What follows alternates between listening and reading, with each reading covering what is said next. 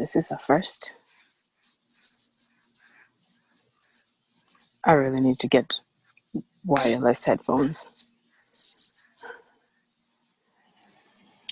Hello. You're so beautiful. You are so beautiful. Look at my life. Oh my gosh, it's amazing. You know what, Stace? I just decided let's do it this way because this is a mom life for me. I love it. And I don't want to be distracted because we have worked way too hard to get this meeting going. This is what I want to say to you, first and foremost. I have been binge watching your stuff on Instagram, which is new for me. Like, this is something that I've never experienced, like going through almost every single video on your page and like being this close to crying. I'm like, what is happening? What is this amazing thing that you have built? And I've always known that there's something that I need to talk to you about.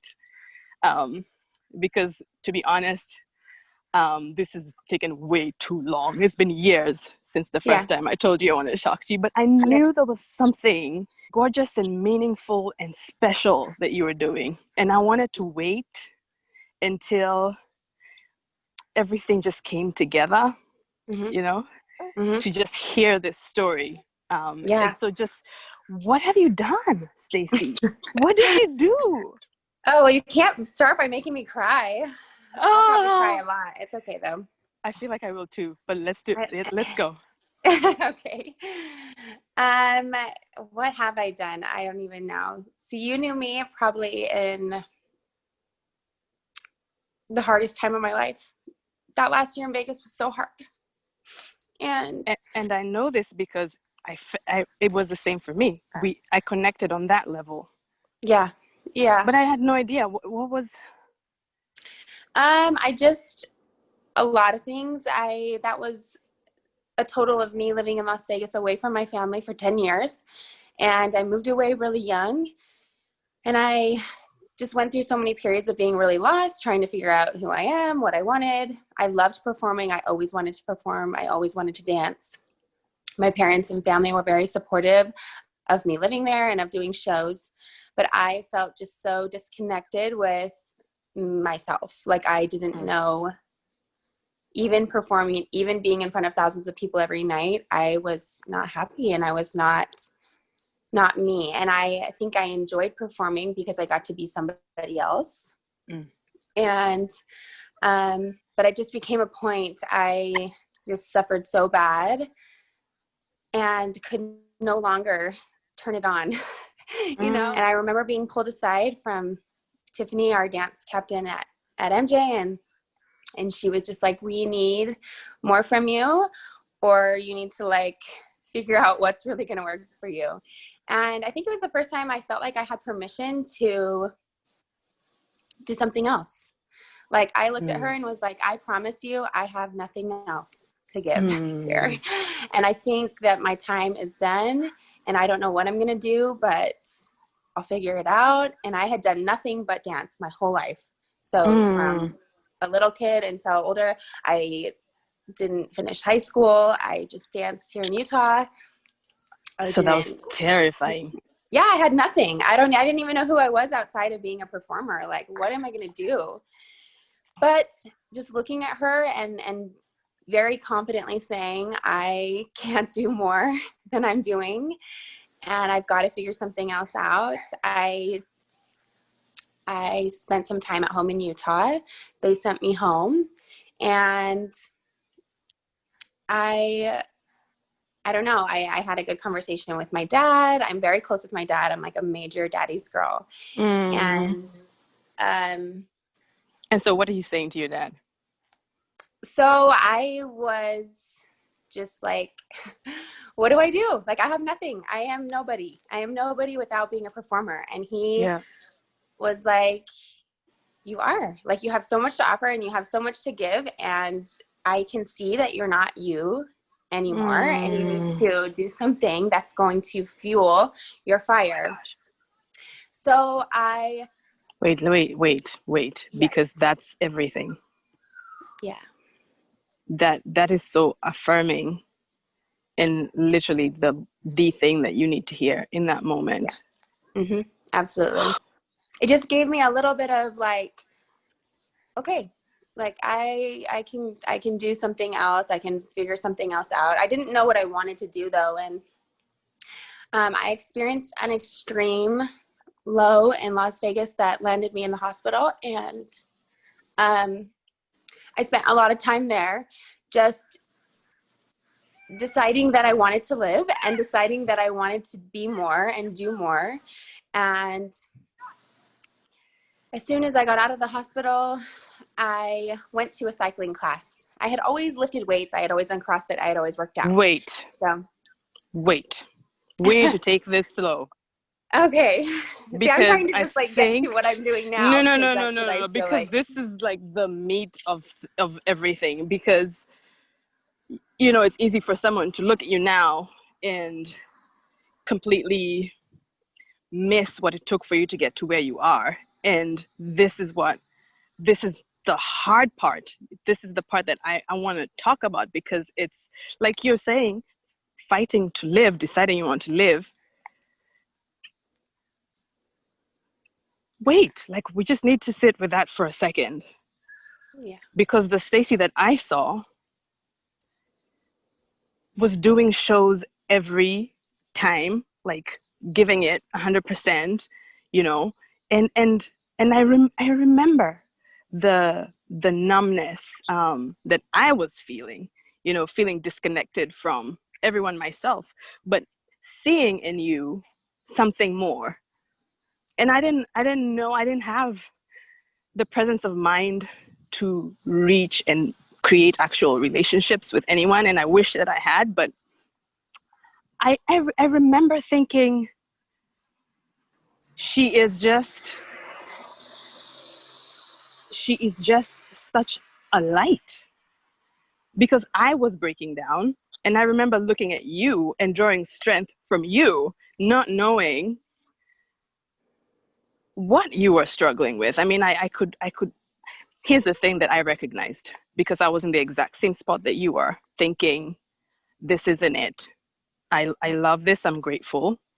It's been great, but I feel like there's more that I have to offer. And I Yeah. also don't know what the heck that is. Yeah. So I would look at you and feel, you know what I would feel? I would feel validated that I see you. And you didn't say this to me, obviously, but this is what I felt. I felt like I see you, and it's okay to be where you are. And that would give me just that little push to get through every day, because it's grueling work. Yeah. And I have the easy job of sitting the whole time. It was not an easy job. No. So the reason I wanted to stop you, because I want to honor that. I want to honor the grit. Doesn't sound like the right word, because you feel so broken in that moment, but it's grit like on another level. To decide that you are worth this thing. That is, I could end this right now. That is, because that's where we give up. At that point. And I did. I was done. Yeah. Yeah, I had one conversation with a friend that was in a first show that I did in Las Vegas, and I called her and I said, I'm done. And she's like, done with what? I'm like, I'm done. I'm done. I don't want to do it anymore. I don't want to put on a face anymore. Yeah. I don't want to show up for other people anymore. I don't want to show up for myself anymore. I'm done. Yeah. And she's like, you just need to do something for you, and you need to get out of the house, and you're just in your head. And I was like, no, actually, no. Like, this has been a long time of really trying. It makes me so happy that you would say that you felt validation from me, because I think right now, especially in the business that I'm in now, and just moving forward from that day that I left the hospital, was like, I will make sure that people feel seen, that people feel that they feel like they don't have to show up as something more, like as something bigger, that if they're sad, like, you show up sad, or if you're angry, be angry, or whatever it is, but like, we're here and it's enough. And I think because my dad really gave me that permission, that like, you're He sad saw and you. you're hurting and you're tired and you can be tired. And I was like, okay, I'm tired and I don't want to do this anymore. And that is what I felt watching your Instagram. I had no clue what it was. And I wanted to come into this conversation having no clue, so you could teach me. Yeah. But I landed on there and I felt it. I felt your story. I felt your heart. And I'm like,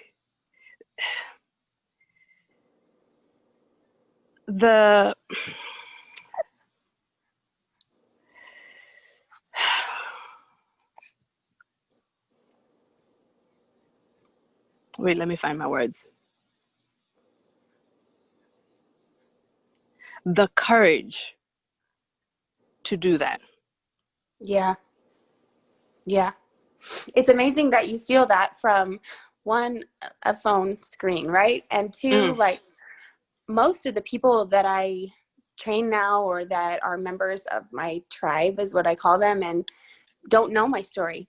They don't. And then that's like perfectly fine. Like, no one needs to know where I came from, but they need to know like what I'm trying to do now. And that is to make how I felt in Las Vegas, to find people that feel that same way, and to hold them and to hug them and to build this space. Like, I wanted a space where everyone is welcome. And when I was building this business, I had a business partner say, it can't be for everyone. You have to have your group, like your niche.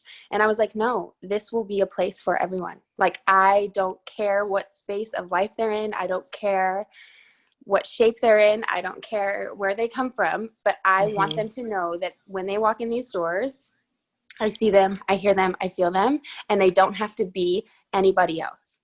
So you're in this space, you've gone to the hospital, and then you've come back. And is that when you decided, okay, this is it? Is that when you took that class, that cycle class? Yeah, so that's when I had to do something. So I promised myself I would move every day in some way. If it was a walk, if it was a class, if it was something else. And that I would give myself a reason to be okay with leaving the show and leaving Las Vegas. And I think it was like 2 days after I was out of the hospital, a friend was like, come to the cycling studio. And back home in Utah, I had ridden bikes with my dad, rode bikes. And we loved it. It's like something we did together. And so I thought, okay, like, I like biking. I've never done indoor cycling. I don't even, whatever. But I like biking, and that's something that I relate. I am a daddy's girl. That makes me feel like I'm home. That makes me feel good. So I went to the class, and it changed me. I walked in, and it was a dark room, and there was lights, and there was music. It was all the things and parts of performing that I really love and I crave. It was like energy. It was people that were there. I liked the people, but I was by myself. Like, I didn't have to talk to anyone, but I could feel them, and they were there, and they were supportive, and they were also doing something hard. And the instructor just had so much light and so much energy and passion. And I was just like staring at her in awe, like, I love what you're doing, and I could totally do this. Like, this is so cool. And I was out of my dark cloud for 45 minutes. And I walked out of that class, and I was sobbing, and I'm like, I want to do this. Like, how do I do this? I have not felt like myself in at least the last 5 years, and I love this. So I started training. I trained for a long time. That whole summer I trained, and I was still doing shows, and I was still struggling. But I trained and I started teaching. Teach. So one, it gave me an outlet in the mornings. I got up really early and I taught early mornings. And I found that I had 40 minutes to drive to Henderson from Summerlin, where I lived. and I got to think and be in my own space. And then I got to teach a class, and I got to feel like myself. I got to relate with music again, and to be up on a stage as the instructor, and feel all of that again. And so I think it gave me a little bit of a push to go back and do shows a little better than I had been, I was going and to to say, feel so a you were little doing more. that and shows. You were doing Uh-huh. that and shows. Mm-hmm. And how long did you do that? So I did that my whole last year. You're so smart. But I needed that time. I needed like just enough time to make a plan and to have something more to feel okay walking away from the security of that job for me. Yeah. That was huge. As a dancer, like that's the top. You work for Cirque du Soleil or you work for Broadway, and that's it. And after that, I was like, well, I'll get married and I won't need to work and I won't need to, but I wasn't at that space. I wasn't getting married anytime soon. And I don't know, but I knew I was done having to show up in that way. So what was I going to do? So I spent that year teaching and creating this studio. And what does that look like? Are you like writing proposals? Are you like vision boarding? Like what specifically does that look like?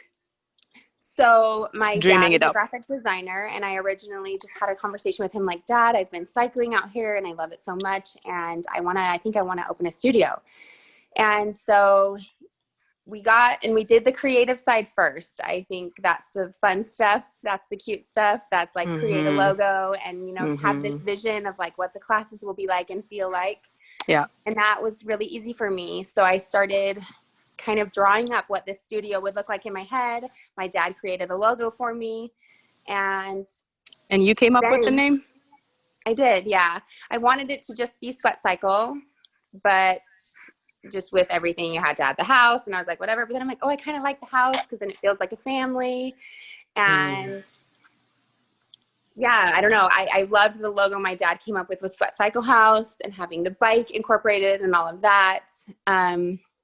I had a lot of pushback, a lot of people saying like, you can't just do cycling. Like no one's just going to pay a bunch of money to just do cycling. Like you have to offer more. And I was like, was that the first one in Utah? Yeah. That is huge.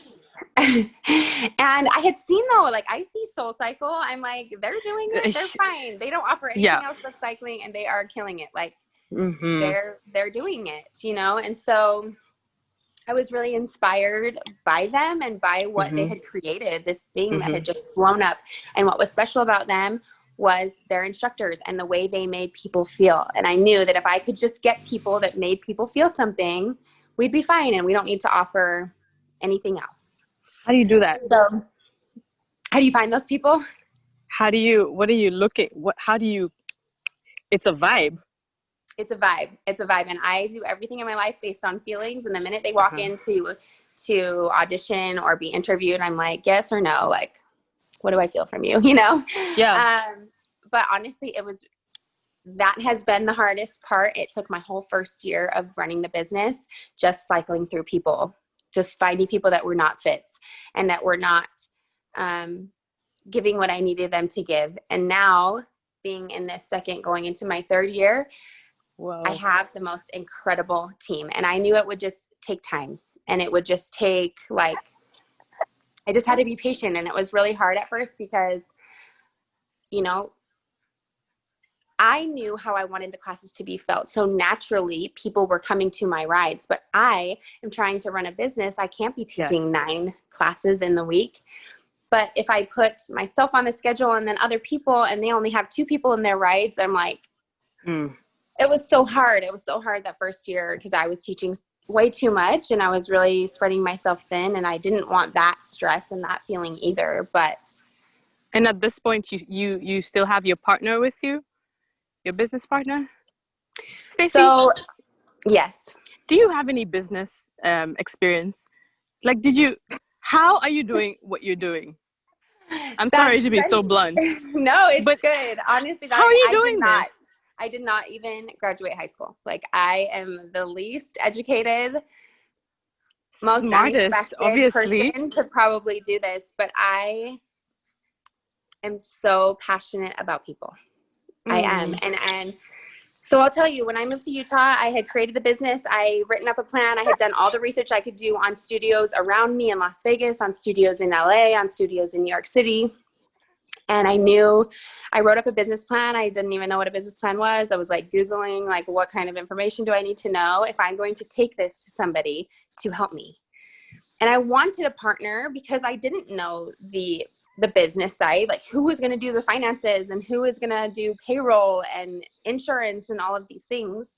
But I knew I could teach the classes, I could train the instructors, I could do that creative side of it. But I knew I couldn't do it alone. So after the year, I finally gained the confidence to move from Las Vegas to come here to Utah. My first week in Utah, I pitched my business to actually a family friend. And he was like, I'm going to be honest with you, a lot of people have brought me a lot of ideas, right, to partner with them. And this is the most prepared, thought out, like passionate business plan that I have ever seen. Do I think a cycling studio is going to make me millions of dollars? No. But do I see something in you that I want to be a part of? Yes. So I walked out of there just like on cloud nine, like, okay, I'm doing this. And this is a So he said yes? Or he said, I'll think about it? He said yes right then. And girl. But what you have to wait because it's a lot. But I left there and he's like, find a location and find this and find that. And so I started doing that. I spent like 3 or 4 months just trying to get the perfect location at the perfect price range, just trying to do what I was doing. And I just started feeling so not good about the partnership. I don't know. I was like, I don't know if you know why I want to do this. And this is a very, big businessman that has lots of businesses. And I didn't want this to be another thing for him. I wanted someone to care about it like I care about it. And someone who gets it. Like, I don't know. I was like, this is weird, but you want to help me. So I want the help, but you're not really helping like the business side. You're kind of making me do it. And, I was like, I don't really know. And my little brother came to me and he was like, my boss knows what you're doing and he wants you to come talk to him. And I'm like, I don't know him. Like, I knew this guy. This guy was a family friend and at least I trusted him. And I didn't know this other person. And anyway, so for time number 2, I just decide randomly on a day to go and pitch this business to this other person. And I hadn't said anything to the first person yet, but I kind of knew that I was like, if I can find someone else, I'm going to trade because this isn't how I want to start this business. Yeah. And again, I had to go and pitch. Yeah. I don't know. I'm like, I just want to feel something from you. Like, and I wasn't feeling it. But I didn't want to give it up yet, but I knew that I would if I needed to. Like if I needed to just be patient and find someone else, I would do that. So I pitched my business again to someone much scarier, much more intense, had more questions for me. I was like just kind of torn apart. Like that was really scary. This was really hard. I think I cried in that meeting. But at the end, he looked at me and he was like, but I have never seen someone so passionate about people. Wow. And I want to do this with you. I want to do this because I don't necessarily believe in your business, but I believe in you. So I believe that you'll make it successful. And I was like, am I offended that you don't believe in my business that I've created? That's or am everything. I flattered? Yeah. So I kind of left that meeting like a little torn apart and also like grateful and like, okay, this is the second person now. I've had to pitch this business twice and okay, like what am I going to do now? So I decided to move forward with that second person, obviously. And once again, I was kind of in a situation where he was making me do it. Like what I liked from him though, is that he wanted me to learn. Like if I am going to grow this business and do something more than my one little baby studio idea that I created in my apartment in Las Vegas, I needed to learn. And it didn't matter that I didn't have the schooling or the education before now, but he was going to teach me and I was going to do it now. So, and this is someone who's running his own business. Yeah. So, yeah, he's a business owner and he's busy and he's doing great, but he's like mentoring me along the way, not doing it for me. Right. And so I ended up really appreciating that and really learning. I've learned so much from him. And I also realized, like, I don't need someone else. Like, I need help. Yes. And you need to create a team. Yes. And I think you all have to have different strengths. I needed to hire someone on my team that could do the financials, that could create spreadsheets for me and give me all the numbers and tell me where I need to be and where do we need to go to grow. But at what point do you hire these people if you've just started and I'm assuming you aren't making money right off the bat? How do you hire people with the intention of getting to where you're getting and hoping they buy into it? Yeah. I mean, that is why I had to have a partner in the beginning. And it was like, what are you going to invest in me in creating this? So he invested in me and the creation of Sweat. We had to build out a location to make it be something that I wanted. It didn't end up being, of course, like my dream drawing of this like huge studio with 2 rooms and a locker room and all of the things. It's not. It's at the back of a building by the dumpsters on the 2nd floor. It's much smaller than I ever thought. It has 1 room, 1 single bathroom stall. And, and he said, you show me that you can do this and I will help you grow.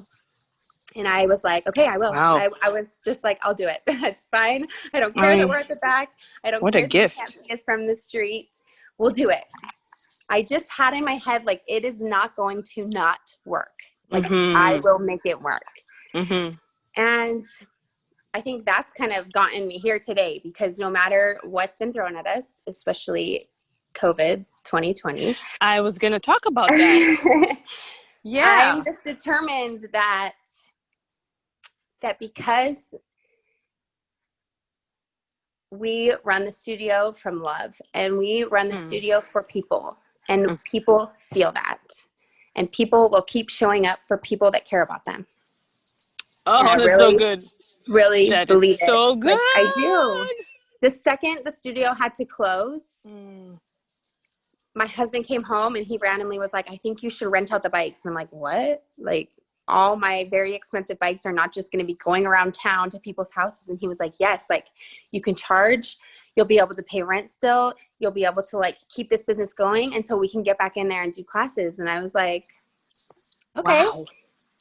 So like after a day of being closed, I just threw out a thing like, I'll just see. I only have 30 bikes. Like we'll see if anybody wants them. I'll need to create some online classes and do all of this stuff. And within like 11 minutes, all 30 bikes were rented out for that first month. And I was like, okay, my tribe showed up what for you me. have built. Oh my goodness. And that's so smart. I was going to ask you how you pivoted with all this Corona thing. So you're telling me you were closed for just a day? Well, we were closed for obviously like 2.5 months. Well, for the period, but like that whole time we rented out bikes. We never once had a bike, not in somebody's home. Let us discuss this husband of yours, from whom this genius idea came from. Yes. Let me ask you this. Does the family that work together stay together? Or is it a whole other thing to navigate a relationship and a business with a spouse? It's the best. Like, he is actually really not very involved in Sweat. He runs a gym himself. He has a gym that's in the same parking lot as my gym. And he's just so extremely supportive. It really hasn't been until just recently that him and I are actually working together as a team. We're doing another fitness thing for a company. And since the day I met him, we're polar opposites. And so I think that works.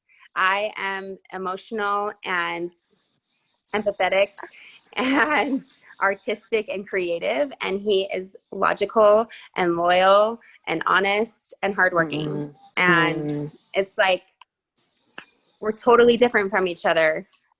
And of course that causes like little annoyances, but we're different enough that he just holds up everything that I can't do. And when I'm just melting and crumbling over something small, he is so level-headed and just like, no, this is what we do. We get up, we keep going, whatever.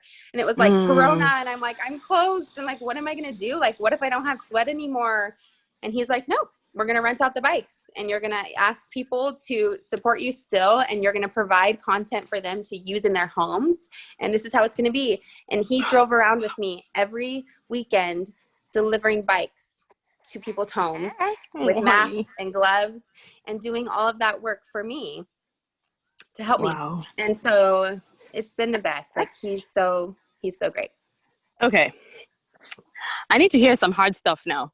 Because this is like, well, not that any of that wasn't hard, but like, okay, talk to me about, well, maybe it starts with what your philosophy on failure is, because you obviously, like the way your mind works, I can tell that's what's driving everything, you know, everything from that hospital bed moment to where you are now is something that you're saying to yourself and determining to do. And so what does it look like in your business or in your personal life when you come against something that just makes you feel stuck? How do you deal with that? Because the story that you've told us is so inspiring and so just amazing, you know, and encouraging. But for a lot of creatives, we get stuck in the idea place, you know, and forget about experiencing a failure. Like that's just, oh, we're done, you know? But how are you navigating that? Because I'm sure there's things that even through the hiring process, you know, I don't know that that's, I can imagine that's not easy to hire and fire. So tell me how you're thinking through that. It's not easy for me because I am so emotional. I'm so attached. I like cry when you fire people. Oh, I cry all the time. I cry every day. Like my husband jokes like, have you cried today yet? Like I am, yes, like I am so emotional. Are you there? Oh, there, I lost you for a second. Okay. But that's been a learning curve for sure. But I think it's maybe just how you define failure. And in my eyes, it's like, it's not really a fail, I guess, if something goes wrong, but it's like, what now? Like, where are you going now? Is she awake? So awake. Like, you're yelling at me. She's like, I'm over this. Hi, honey. Oh, I love her. Oh, sorry. What were you saying? No. We do. And it's, I guess, just taking those like really low lows or those fails or those whatever and using them as fire, like just building fire to do something more. So if you had chai with yourself, let's say your 10-year-old self, 10-year-old self that hasn't experienced really the kinds of highs or lows that define who we are today, what would you tell her? Just honestly.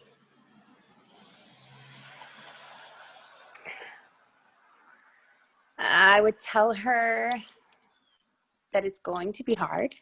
I would tell her that it's okay if it's hard. I would tell her to cherish people and relationships, and I would tell her that it's going to be better than she ever imagined. You know, I say that a lot about marriage because I wanted to get married young so badly. And I ended up getting married a little bit older for especially a Utah girl. And I always thought, like, I had this imagination of like who my husband was going to be and how it was going to be. And finding my husband in the space that I found him which was unfortunately a very dark, ugly place for me. But he was such a light for me, and he was so strong and like beautiful, such a good person. That I always tell myself, like, it is so much better. It's so much better than the little romantic movies I would watch. It's so much better than, how you picture your marriage is going to be. And yes, it is so hard, and it's okay if it's hard, and it is going to take so much work. Marriage takes so much work. Business takes so much work. Life takes so much work. It is so exhausting and so hard. And it's okay. Like, I didn't know it was okay to like feel so sad or be so confused and be so lost. And I wish someone would have maybe warned me, but also told me that like, it's going to be better if you just get through the hard. Like, you have to just get through the hard. And I think there's going to be so much hard that keeps coming. And I'm going through my own hard now, but every hard I go through, I get a little stronger, and I'm like a little more prepared for the next hard. Right. So I would just tell her, like, it is going to be hard. You're going to have to work hard. You have to, it's ugly sometimes, and it's not fun, and it's not enjoyable, but like cherish the people you spend your time with, what you spend your time doing stuff that fills you up. Like, taking time every day to fill up your cup is so important. And I didn't know that. Like, I'm like, I'm performing. That should be filling up my cup. And it's not. Like, why is it not? Because I was giving, and that actually wasn't for me. That was for the 2,500 people in the audience. What am I doing for me? What's for you? I think that you just took me to church and I wasn't prepared. No, I didn't. But so, wait. I'm trying. I don't know. Because I wanna hear this again. This is for myself. This is selfishly for myself. That it is hard, and it's okay that it is hard. Yeah. And that doesn't mean like, I don't know, I guess it's pretty heavy for me, but it doesn't mean that like you have to give up, like you have to be done. And I never ever want to feel done again. And I never want my future children to feel done. Like, it should never be that heavy and that hard. You're right, because if you don't know that it's okay that it's hard, that's what you think is, I'm done. That something's it's too hard. Something's weird. Yeah. Something's off. Something's wrong. It's too much. I can't handle it. Not knowing that like it's hard for everyone at different times. And it's okay like to accept it. Like, yes, it's ugly, and I don't like this feeling, and I don't like this place. But there will be a light. Like, there will be an end. And it doesn't mean you'll never experience those feelings again, but like, hopefully not that bad ever again, you know? I think we should end there, because that so we did this backwards. We just jumped straight into it, but tell people who you are, where you are, and what your business is, and what your creative interests are outside of your business. Okay. Is that a lot? That's good. So my name is Stacey Jensen. I live here in Salt Lake City, Utah with my husband, Kimball, and I am a cycling studio owner. My studio is called Sweat Cycle House. My creative passions are creating experiences for people to escape their current realities. My passion is people. My passion is relationships. My passion is music, and the power in music, and the power in even the lyrics, how you can connect to something bigger than yourself. There's so much power in music, and there's so much power in our bodies and our physical capabilities. And it is so important for me to just create experiences where people are using their body, they're using their strength, they're using music and the energy and the love and light around them to feel and to be. And that is my current passion. And yeah. And that's where the creativity comes in. That's very interesting. because every day you're creating a new experience for people. Mm-hmm. Mm-hmm. Stacey, you are the most gorgeous person that I feel very lucky to be beginning to know in this way. I feel really blessed by just spending time with you today, and I'm so glad we stuck through with it. I know. With baby and with all the madness of life that has come Yeah. in the way. Yeah. Thank you. Thank you. It was like such an honor, and I have loved you and just felt you since the day we met. Yeah, I think it's that feeling place that we connect. We connect Yeah. on a deeply empathic place that is Yeah. hard to even put into words. But I'm so inspired by you. I may even look for a cycle spin class and try it Please do. I hope because that you will. the Kenyan that I am is terrified, but I No. am very inspired. Thank you for sharing your Thank you. story and just a wealth of good stuff in this conversation. And I Thank love you for you, and caring. I wish you just all the sweat cycle houses that you can muster up to build Thank in your you. one lifetime.